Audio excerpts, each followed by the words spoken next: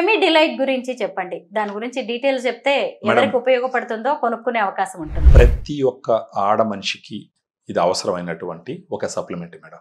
మనకు vaginal infections అనగానే ఫిమేల్స్లో ఇది అందరికి ఉండే సమస్యలు అని చెప్పి ఇగ్నోర్ చేస్తారు. కానీ it's a very very big mistake.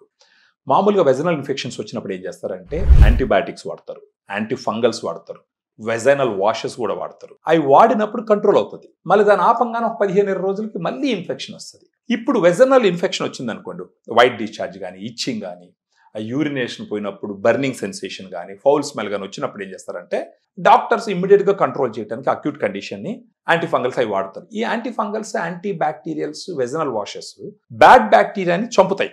దాంతో పాటు గుడ్ బ్యాక్టీరియాను కూడా చంపుతాయి.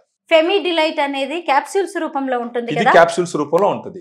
ఇలా గుడ్ బ్యాక్టీరియాని చంపినప్పుడు ఏమవుతుందంటే అక్కడ మళ్ళా అసిడిక్ ఎన్విరాన్మెంట్ని మెయింటైన్ చేసేటటువంటి బ్యాక్టీరియా ఉండదు. అందుకని మళ్ళా ఇవి anti bacterials, anti fungals, vaginal washes impact తగ్గిన వెంటనే మళ్ళా గ్రో అవుతుంటాయి. కానీ ఒకటి గుర్తుపెట్టుకోవాల్సింది ఏంటంటే anti bacterial, anti fungal, vaginal వాషెస్తో పాటు కంపల్సరీ వాడవలసినటువంటి ప్రోడక్ట్ ఫెమి డిలైట్. ఈ దీంట్లో 30 క్యాప్సూల్స్ ఉంటాయి మేడం. ఒక నెల రోజులకు వస్తుంది. దీంట్లో గుడ్ బ్యాక్టీరియా ఉంటుంది.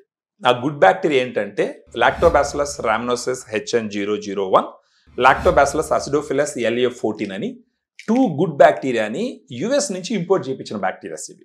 దీనికి ఉన్న ఎవిడెన్స్ ఏంటి అంటే ఒక్కసారి ఈ ఫెమి డిలైట్ రోజుకు ఒక క్యాప్సూల్ లెక్కన అట్లీస్ట్ ఒక 3 months వాడచ్చు. ఒక 3 months వాడుకొని, లేదంటే అట్లీస్ట్ ఒక 1 month వాడుకొని, తర్వాత ఎవ్రీ మంత్ మెన్సెస్ డే నుంచి 10 days, మళ్ళీ ఆ నెక్స్ట్ మంత్ మెన్సెస్ డే నుంచి ఒక 10 days, మళ్ళీ ఆ నెక్స్ట్ మంత్ మెన్సెస్ డే నుంచి 10 days, అలా ఒక 6 months వాడుకుంటే గనక అది ఏమవుతుందంటే అక్కడ ఉన్న గుడ్ బ్యాక్టీరియాని పెంచుతుంది.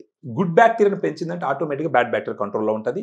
వెజనల్ డిశ్చార్జెస్ ఉండవు, ఇరిటేషన్ ఉండదు, పెయిన్ ఉండదు, స్మెల్ ఉండదు, క్లీన్గా నీట్గా ఉంటుంది. దాంతోపాటు ఇమ్యూనిటీని పెంచుతుంది. ఆ ఇమ్యూనిటీ పెరిగిందంటే అంటే వ్యాధి నిరోధక శక్తి అంటాం. వ్యాధి నిరోధక శక్తి బాడీకి పెంచుతుంది. బాడీకి పెంచిందంటే ఆటోమేటిక్గా బాడీ కూడా ఈ బ్యాడ్ బ్యాక్టీరియాకి అగనెస్ట్గా పనిచేసి వాటిని కంట్రోల్ చేసే అవకాశం ఉంటుంది. మళ్ళీ మరొక బెనిఫిట్ ఏంటంటే ఫెమి డిలైట్ వల్ల కొంచెం బాగా వెయిట్ ఉన్నారనుకోండి, కొలెస్ట్రాల్ ఉన్నదనుకోండి ఆడవాళ్ళలో, వాళ్ళలో కొలెస్ట్రాల్ శాతాన్ని కూడా తగ్గిస్తుంది. ఇదేం చేస్తుంది అంటే బైల్ యాసిడ్ని బయట పంపించేస్తుంది ఈ గుడ్ బ్యాక్టీరియా. అప్పుడు ఫర్దర్గా మళ్ళీ బైల్ ప్రొడ్యూస్ అవడానికి కొలెస్ట్రాల్ను వాడుకుంటుంది అనమాట. ఆ విధంగా కొలెస్ట్రాల్ను కూడా తగ్గిస్తుంది.